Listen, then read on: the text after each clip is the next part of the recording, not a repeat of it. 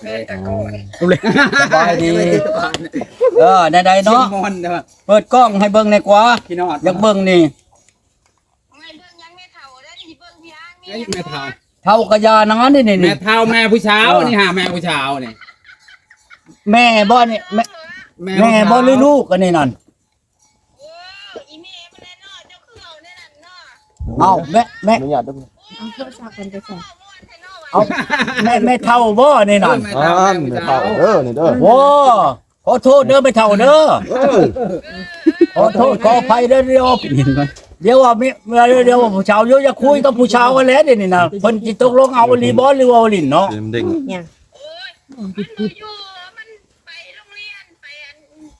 ฮะเขาเดี๋ยวไปโรงเรียนโยกยังบ่ได้ออกแต่โรงเรียนอยู่มอใดถามนี่นะโอ้บ่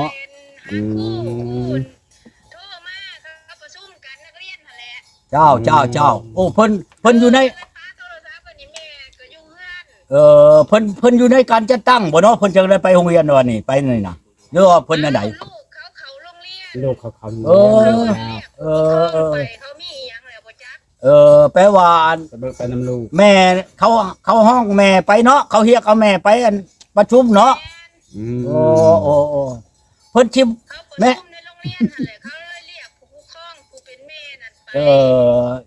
อันทั้งไม่เท่านี่จะถามขอโทษด้วยนี่นั่นถ้าว่าอยากเป็นลูกเคยสิให้เป็นอยู่บ่เนาะเรื่อยๆไหนเนาะนี่เป็นได้เบิดนั่นแหละเป็นที่หาเมียคือว่าเอาเมียอยู่เนาะบ่สิเอาได้ไหนอีกเอ้ากระถามมันโอ้ยก็เอากับมันกับนี่คือกันกับเพิ่นว่าบวชบ่ให้ชิกเอาเมียบ่ให้ป้ามันก็บ่ได้ไม่เท่าได้ตัวนี้มันไม่ตัวนั้นน่ะเขาเมื่อแล้ว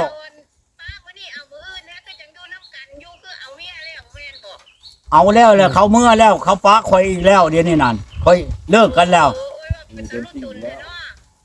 โอ้ยจะถูกแล้วคะแนนตุนนั้นอันชงลูกชาวมาอยู่น้ำในทอดไม่เท่าเอ้ยบ่ได้เฮ็ดหยังให้นึงข้าวกินซื่อบ่อันนี้ข้าวให้กินว่าหยัง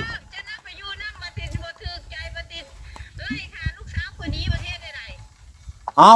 ก็จำเป็นคือเก่าแล้วนี่กันเขากันเนี่ยผู้นี้ก็หนีคือกันนั่นนี่แหละก็เอาแล้วก็แม่นั่นแหละถามเขาเบาหนอมเบาแหล่นี่กว่าอันกับจนไปลงชิปเจ้าบ่เห็นบ่ฉันเนี่ยคอยอลอกจอกเจ๊อยู่เบิ่งในเด้อกันแน่เบาหนอมก็ไปคือกันไปปะไปชอกขะดองมายังกับข่อยนั่นเขาป้าข่อยบ่เป็นข่อยป้าเขาได้ในเท่าเอ้ยบัดนี้จังว่าขอเป็นลูกเคยไม่เท่านั่นสิได้บ่บัดนี้นั่นคันว่าโยด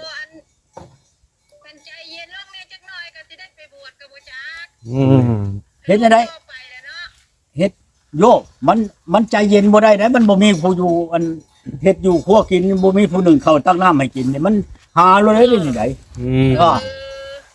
มันใจมันขึ้น200ชาวผมได้บ่แม่น100ชาวนี่200ชาวนี่ผมจะพึ่งเนาะพญานาคเจ้าแล่นไวเอาแล้วมันพิลึกลีรอได้มันบ่เห็นนุ่งเลยได้นี่ไหนคันว่าเจ้าเอานะเขาสิบ่ว่าเป็นน้อยน่ะเนาะของหาก็เอากันโอ้ยมันบ่เป็นดังนั้นดอกมันบ่เป็นดังนั้นดอกอันนี้นั่นของได้แล้วเบิดแล้วมีใบอันยาวหอกยาห้างกันเบิดจิกเต็มมันแล้วว่าอำนาจการปกครองแปลว่าอยู่ได้คุมวังกับเจ้าหั่นแหละเช่นออกแต่กันเบิดแล้วผัวอยากได้เมีย100เมียใครเอาเพิ่นเขาเว้าทีน่ะเมียจะได้ผัว100คนก็อายเอาโอ้นี่นะมันตัดขาดปาดเพี้ยนกันเบิดแล้วปินลังเช่กันแล้วกันเบิดแล้วไปไปมันแล้วบัดนี้นั่นจะมีผู้เอาจิโทรหาแม่เฒ่านี่นะก็ฉันก็บ่หันโทรแล้วเนาะเฮามีเมียอยู่เลยสิไปหันโทรใจแม่เฒ่าบ่พ่อใหญ่เอาเมียลาวก็ลายเอาเมียไทยอีกเนาะบ่ป้าแล้วกันวานนี่ตอนบ่าย2:15 นาทีเช่นเนี้ยนั่นตอนนั้นตู้ก้อนนี่ป้าจักเวลาจักกันคักเลยเนาะกับกระนางมาลัยทองชื่อม่วนเนาะมาลัยทองเนาะ บัดนี้เบิ่งไปก็ได้เด้อไปเท่าเด้อ บ่ตีบ่พระห้างบ่หยังดอกเดี๋ยวนี้น่ะมันแล้วกันแล้ว มันก็มีดเลยพ่อใหญ่มันโอ้ สัญญาณ งานรุดเนาะ งานบ่ได้ มันเป็นแน่ๆแหละจังหวะคันสิเว้าใช่คนหักคนช่างเนาะกันเพิ่นก็ยังเว้าอยู่อันผู้หักทอเป็นนางผู้ช่างโชเป็นชาย เฮ้ยมาละงานมัน ไหนๆก็ขอโทษยินบ่แม่เฒ่าอันชูเว่าฉันว่าชี้เลยบ่เด้อนี่เด้อข่อยนั่นอยากได้เด้อนี่เด้ออันว่าให้ใจเย็นๆนั่นอยู่มันใจเย็นบ่ได้ได้กันเย็นก็คือน้ำลวกไก่นี่แหละใจเย็นนั่นก็ดี อ๋อเย็นคือน้ำโลกไก่บ่พ่อใหญ่ ขันใจเย็นลูกเคยนี่คือน้ำลวกไก่นี่ได้ใจเย็นลูกเคยนี่ได้ เย็นแบบน้ำโลกไก่เนาะ มันเป็นได้จังว่าเป็นดังนั้นมันบ่แม่นเนาะมื่นตาบ่เห็นพี่ตีตาบ่เห็นน้องแม่นบ่อยู่ผู้เดียวนี่มันก็บ่ม่วนได้แม่นบ่มีลูกมีเมียแอนร่วมกันไปใครได้ไม่เท่าเอ้ย ตั้งไว้ยังไง ชี้ได้ โอ้โห โอ้จะ ถือข้อเลยบ่ให้แต้มยักบาท โอ้จะถูกแล้ว เอา เนาะ หน้าฟังโมกครับอะไร คันเว้านั่นชินบหัวตีนไม่เท่าผู้แล้วบ่ได้ว่าคนอื่นนกตีนผู้แล้ว ใจ ไม่เท่าเอ้ยความดีใจนั่น ก็เรื่องใจสู่พ่อใหญ่บ่ได้เลยนะเนี่ย เนี่ยเมื่อกี้ บ่เคยฆ่าลูกตีเมียบ่เคยด่าลูกด่าเมียจักเถื่อ แต่เอาเมียผ่านมาแล้วนี่ มีแต่เมียหนีแต่ข่อยได้ไม่เท่าเอ้ย เป็นอะไรขาด ข่อยน่ะบ่ได้บ่ แผ่นดินไหว บ่แม่นให้เขาหลายบ่ บ่ถามรถชุมไปนี่มีแต่เมียให้ข่อย มี บ่ แต่ เคย เมีย ให้ จับ เมีย พิษอย่างเดียวนะ ไปเนี่ย เบานอมได้อยู่นี่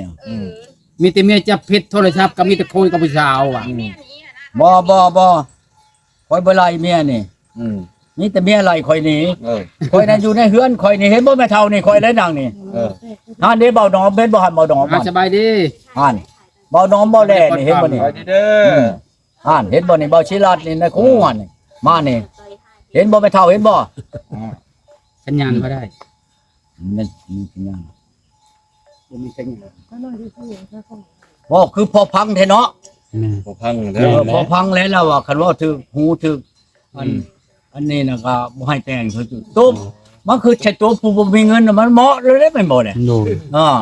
ในใจนี่อยากไปเอามื้ออื่นเลยก็แบบมันจะไปได้เพราะว่ามื้อนั้นวันนี้ไหนนี่ไหน คุณก็ว่าใจเย็นขนาด ไม่ โลก เท่า ไก่ เพราะ นี่ ว่าใจ เนาะ เย็นๆมันเย็นบ่ได้เด้มันบ่ เย็นขนาดโลกไก่นี่บ่ได้อยุ่ เย็นคือน้ำโลกไก่นี่ไหนลูกเคยนี่ไม่เท่าเอ้ยบ่แม่นเย็นธรรมดาได้นี่ปิดแล้วเขาปิดแล้วบัด รถไปใหญ่เน็ตสัญญาณบ่ได้รถสัญญาณมันรถมันตึ๊ดบ่ได้เป็ดมันรถเองมันสัญญาณบ่ได้นี่ไปดูวับ ไม่เท่าความหวังเนาะพ่อใหญ่เนาะ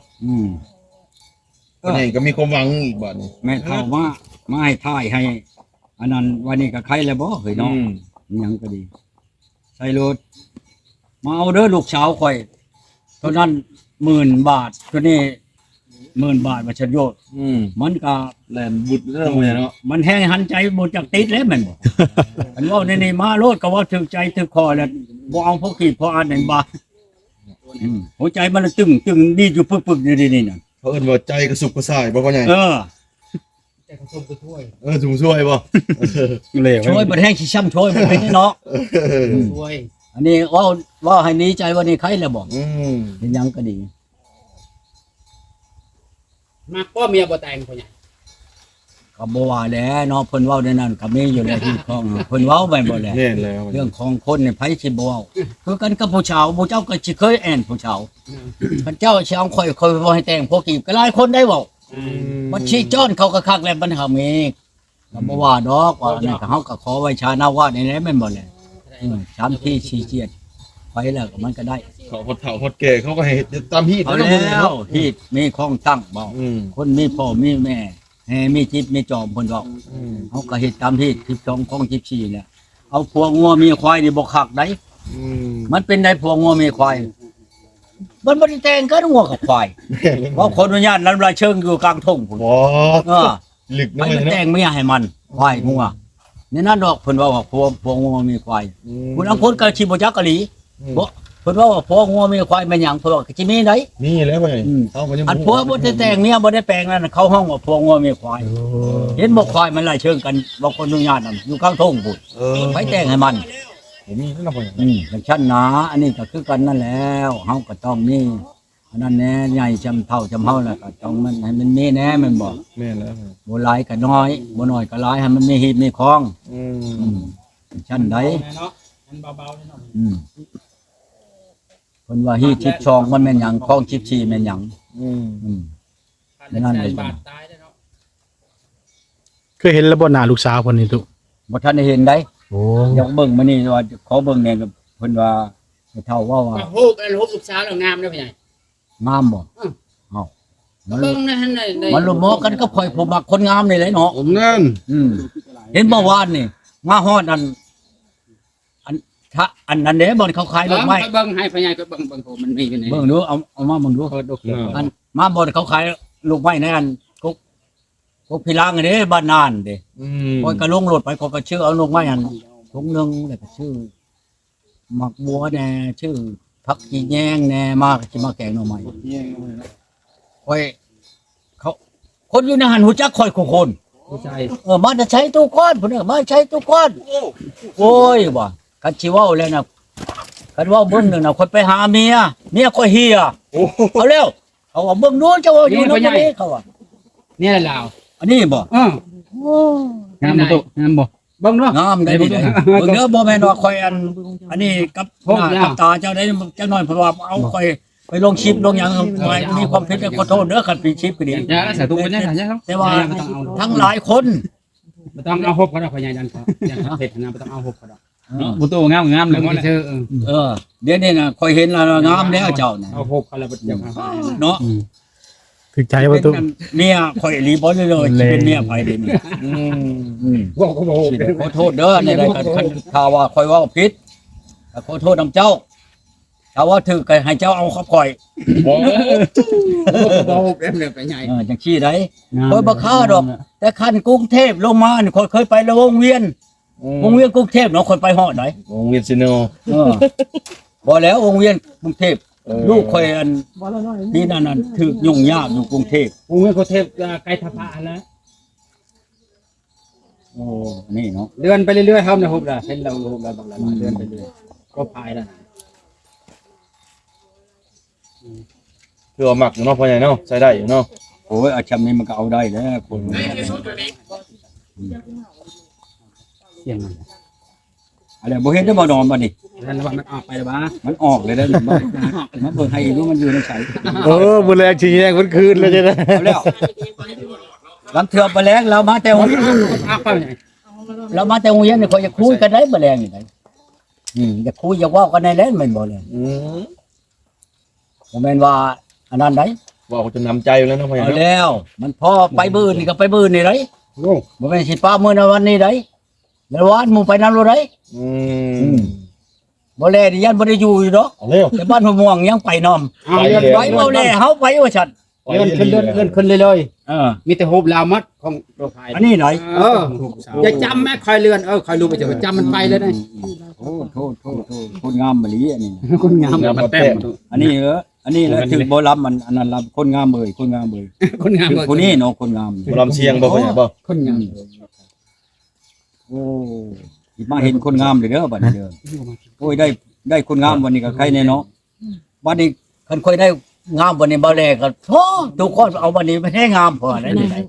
บ่สะท้อนบ่ได้เนาะ คนงามอยู่ไกลแท้คนงาม อยู่ไกล ยังบ่มาอยู่ใน เนาะ ใกล้ๆอยู่ในบ้านห้วยหมอก ง่ายฮะ จะไปตอนนี้แล้วบ่ สิไปเดี๋ยวนี้ลูก แล้ว ว้า แฮงเห็นรูปแฮงใจฮ้อนบ่นี่เนาะตุ พักอะไรได้ ยิ้มงามบ่ งามบ่พ่อใหญ่ งามมันแหละ เขาว่าแล้วนะ โอ้คน อง าม ร่อยเนาะพ่อใหญ่เนาะ คนงามมันอยู่ไกลแท้เฮ้ย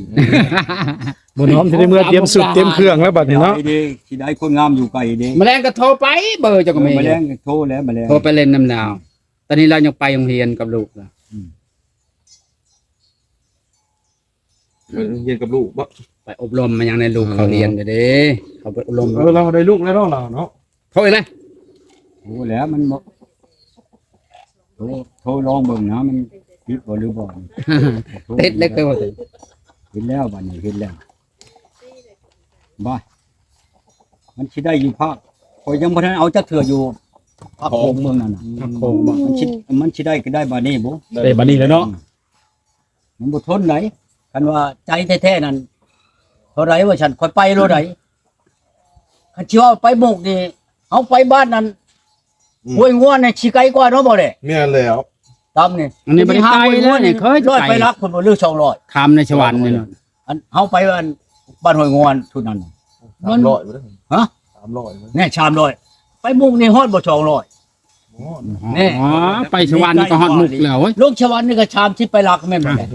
แต่ของนั้นมันชามรักได้บ่ของนะตัวน้ำของนะฮอดบ่ชามรัก มัน3 4ลักแล้ว เออ ก็ฮอดมุกดาหารเลยเด้อ เขาก็ครอบจะพานไปแล้ว มุกดาหารเลยแหละ อันนั้นแหละจังว่าความจะพาน จะเฮินอยู่หมองใดเด้อ